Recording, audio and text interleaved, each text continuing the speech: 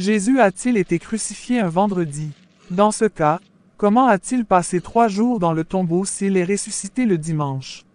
La Bible ne déclare pas explicitement quel jour de la semaine Jésus a été crucifié. La majorité des opinions se répartissent entre les partisans du vendredi et ceux du mercredi, mais certains font la synthèse des arguments en faveur de ces deux hypothèses et pensent qu'il s'agit du jeudi. Jésus a dit dans Matthieu 12 verset 40, « En effet, de même que Jonas fut 3 jours et 3 nuits dans le ventre d'un grand poisson, de même le Fils de l'homme sera 3 jours et 3 nuits dans la terre. » Ceux qui défendent que la crucifixion a eu lieu un vendredi pensent qu'on peut toujours considérer qu'il a passé 3 jours dans le tombeau. Dans la pensée juive du 1er siècle, une partie d'un jour était considérée comme un jour entier. Si Jésus a passé une partie du vendredi, tout le samedi et une partie du dimanche dans le tombeau, on peut considérer qu'il y a passé 3 jours. L'argument principal en faveur du vendredi se trouve en Marc 15 verset 4-2 LSG 42, le soir étant venu, comme c'était la préparation, c'est-à-dire, la veille du sabbat. S'il s'agit bien du sabbat hebdomadaire, c'est-à-dire du samedi, on conclut que la crucifixion a eu lieu un vendredi.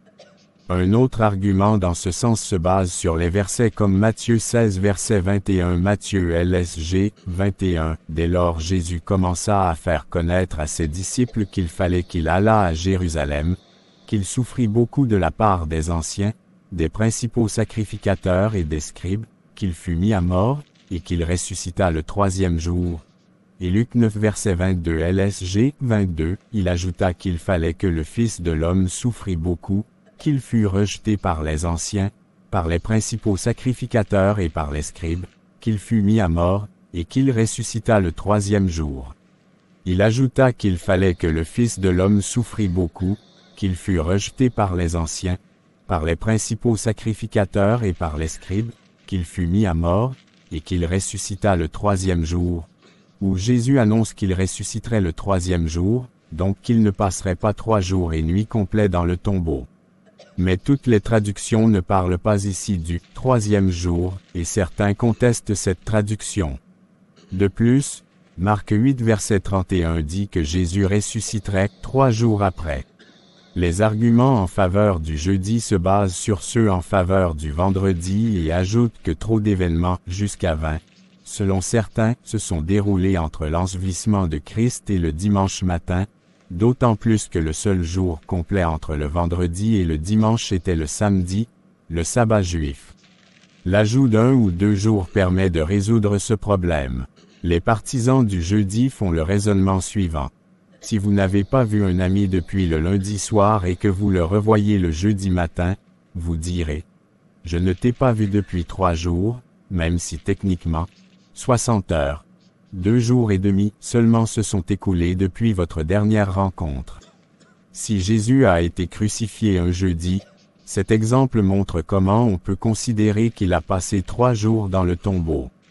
Selon l'hypothèse du mercredi, il y a eu 2 sabbats cette semaine-là.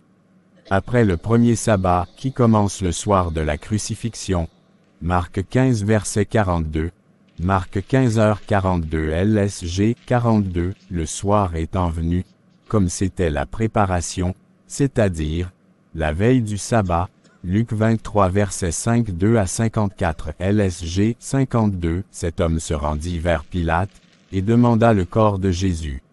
53, il le descendit de la croix, l'enveloppa d'un linceul, et le déposa dans un sépulcre taillé dans le roc, où personne n'avait encore été mis. 54, c'était le jour de la préparation, et le sabbat allait commencer. Les femmes sont allées acheter les aromates. Marc 16 verset 1 LSG 1, lorsque le sabbat fut passé, Marie de Magdala, Marie, mère de Jacques, et Salomé, achetaient des aromates, afin d'aller embaumer Jésus. D'après cette hypothèse, ce premier sabbat était la Pâque confère. Lévitique 16 2 9 à 31, 23,24 à 32, 39, qui montre que les jours saints étaient considérés comme des sabbats même s'ils ne correspondaient pas forcément au 7e jour. Le deuxième sabbat de la semaine était le sabbat hebdomadaire normal. À noter qu'en Luc 23.56, les femmes qui avaient acheté les aromates après le premier sabbat s'en sont retournées les préparer, puis, le jour du sabbat, elles se reposèrent. Luc 23.56. D'après cet argument, elles n'auraient pas pu acheter les aromates après le sabbat et les préparer avant, sauf s'il y a eu 2 sabbats. Avec cette hypothèse, si Christ a été crucifié le jeudi, alors le sabbat très saint, la Pâque, aurait duré du jeudi au vendredi au coucher du soleil et pris fin au début du sabbat hebdomadaire, le samedi. Si les femmes avaient acheté les aromates après le premier sabbat, la Pâque, elles auraient donc violé le sabbat en les achetant le samedi. Par conséquent, d'après cette hypothèse, la seule explication qui ne viole pas le récit biblique sur les femmes et les aromates tout en maintenant une lecture littérale de Matthieu 12 verset 40 Matthieu midi 40 LSG 40 car, de même que Jonas fut 3 jours et 3 nuits dans le ventre d'un grand poisson, de même le Fils de l'homme sera 3 jours et 3 nuits dans le sein de la terre, et que Christ a été crucifié un mercredi. Le premier sabbat, un jour très saint, la Pâque, était un jeudi. Les femmes ont acheté les aromates le vendredi et s'en sont retournées les préparer le jour même. Elles se sont reposées le samedi qui était le sabbat hebdomadaire et ont apporté les aromates au tombeau le dimanche matin. Jésus a été enseveli le mercredi soir, peu avant le coucher du soleil, qui marque le début du jeudi selon le calendrier juif. D'après ce calendrier, Jésus était au tombeau le jeudi soir, première nuit, la journée de jeudi, premier jour, la nuit de jeudi à vendredi, deuxième nuit, la journée du vendredi, deuxième jour, la nuit du vendredi au samedi, troisième nuit, et la journée du samedi, troisième jour. Nous ne savons pas exactement quand il est ressuscité, mais nous savons que c'était avant dimanche au lever du soleil, peut-être dès le samedi soir après le coucher du soleil, qui marquait le début du premier jour de la semaine pour les Juifs. Le tombeau vide a été découvert juste après le lever du soleil, Marc 16.2, avant qu'il ne fasse jour, Jean 20 verset 1 LSG 1, le premier jour de la semaine, Marie de Magdala se rendit au sépulcre dès le matin, comme il faisait encore obscur, et elle vit que la pierre était ôtée du sépulcre. Un problème possible avec cette hypothèse est que les disciples qui ont voyagé avec Jésus sur le chemin d'Emmaüs l'ont fait le jour même de sa résurrection. Ces disciples, qui ne reconnaissaient pas Jésus, lui ont raconté sa crucifixion 24.20 en précisant que « voici déjà le 3e jour que ces événements se sont produits 24.21 ». De mercredi à dimanche, il y a 4 jours. Une explication possible est qu'ils ont compté à partir des funérailles de Christ le mercredi soir, qui correspond au début du jeudi juif, de jeudi à dimanche, il y a 3 jours. Pris dans l'ensemble, le jour de la semaine où Christ a été crucifié n'est pas si important. Si c'était le cas, la parole de Dieu nous aurait communiqué clairement le jour et l'ordre des événements. L'important est qu'il est mort, puis physiquement ressuscité, ainsi que la raison de sa mort, prendre sur lui la punition que méritaient tous les pécheurs. Jean 3 verset 16, LSG 16 Car Dieu a tant aimé le monde qu'il a donné son Fils unique, afin que quiconque croit en lui ne périsse point, mais qu'il ait la vie éternelle. Proclame que ceux qui mettent leur confiance en lui auront la vie éternelle. C'est tout aussi vrai, qu'il ait été crucifié un mercredi, un jeudi ou un vendredi. Jean 3h16 LSG 16 Car Dieu a tant aimé le monde qu'il a donné son Fils unique, afin que quiconque croit en lui ne périsse point, mais qu'il ait la vie éternelle. Pourquoi la résurrection physique de Jésus-Christ est-elle si importante? La résurrection physique de Jésus-Christ est l'événement le plus important de l'histoire et prouve de manière irréfutable qu'il était bien celui qu'il prétendait être, le Fils de Dieu. La résurrection n'est pas que la preuve ultime de sa divinité. Elle est aussi le sceau qui valide les Écritures, lesquelles ont annoncé la venue et la résurrection du Messie, ainsi que la confirmation de ce que Christ avait annoncé. Qu'il ressusciterait le 3e jour, Jean 2,19 à 21, Marc 8.31, 9.31, 10.34.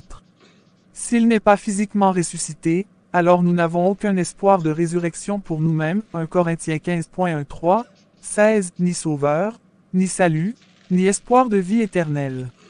Comme l'explique l'apôtre Paul, notre foi serait vaine, et la puissance de vie de l'Évangile serait anéantie. Notre destinée éternelle dépend de l'historicité de la résurrection. Par conséquent, les attaques les plus virulentes de Satan contre l'Église se sont concentrées sur cette question. L'historicité de la résurrection physique de Christ a été étudiée et examinée à travers les siècles sous tous les angles possibles par d'innombrables érudits, théologiens, professeurs, etc. Un certain nombre de théories visant à l'invalider ont été proposées, mais aucune preuve historique crédible n'existe pour aucune d'entre elles, alors qu'il y a beaucoup de preuves claires et convaincantes de la résurrection. Certains croyants, de l'Église de Corinthe à aujourd'hui, ne comprennent cependant toujours pas certains aspects de la résurrection de notre Sauveur. Certains se demandent pourquoi la résurrection physique est si importante. Ne peut-il pas s'agir d'une résurrection spirituelle? En quoi la résurrection de Jésus-Christ garantit-elle la résurrection physique des croyants? Nos corps ressuscités seront-ils les mêmes qu'avant notre mort? Sinon, à quoi ressembleront-ils? On trouve les réponses à ces questions au chapitre 15 de la première lettre de Paul à l'Église de Corinthe, qu'il avait fondée plusieurs années auparavant, au cours de son deuxième voyage missionnaire. En plus d'un sectarisme croissant, la jeune Église de Corinthe se caractérisait par de graves lacunes de compréhension de certaines doctrines chrétiennes, notamment la résurrection. La plupart des Corinthiens croyaient en la résurrection de Christ, 1 Corinthiens 15.1, 11, mais ils avaient du mal à admettre celle des autres. La cause de cette confusion était l'influence perpétuelle de la philosophie gnostique, qui considère tout ce qui est spirituel comme bon et tout ce qui est physique, notamment le corps, comme intrinsèquement mauvais. Certains, notamment les philosophes grecs de cette époque, étaient fortement hostiles à l'idée de la résurrection éternelle d'un corps détestable, Acte 17.32. La plupart des membres de l'Église de Corinthe croyaient cependant que la résurrection de Christ était physique, pas spirituelle. Après tout, ce terme implique le retour d'un mort à la vie. Ils comprenaient que toutes les âmes sont immortelles et entrent immédiatement dans la présence du Seigneur à leur mort, 2 Corinthiens 5.8. Une résurrection spirituelle n'a donc pas ce sens, puisque l'esprit ne meurt pas. Ils savaient aussi que les Écritures, ainsi que Christ lui-même, affirment que son corps ressusciterait le troisième jour.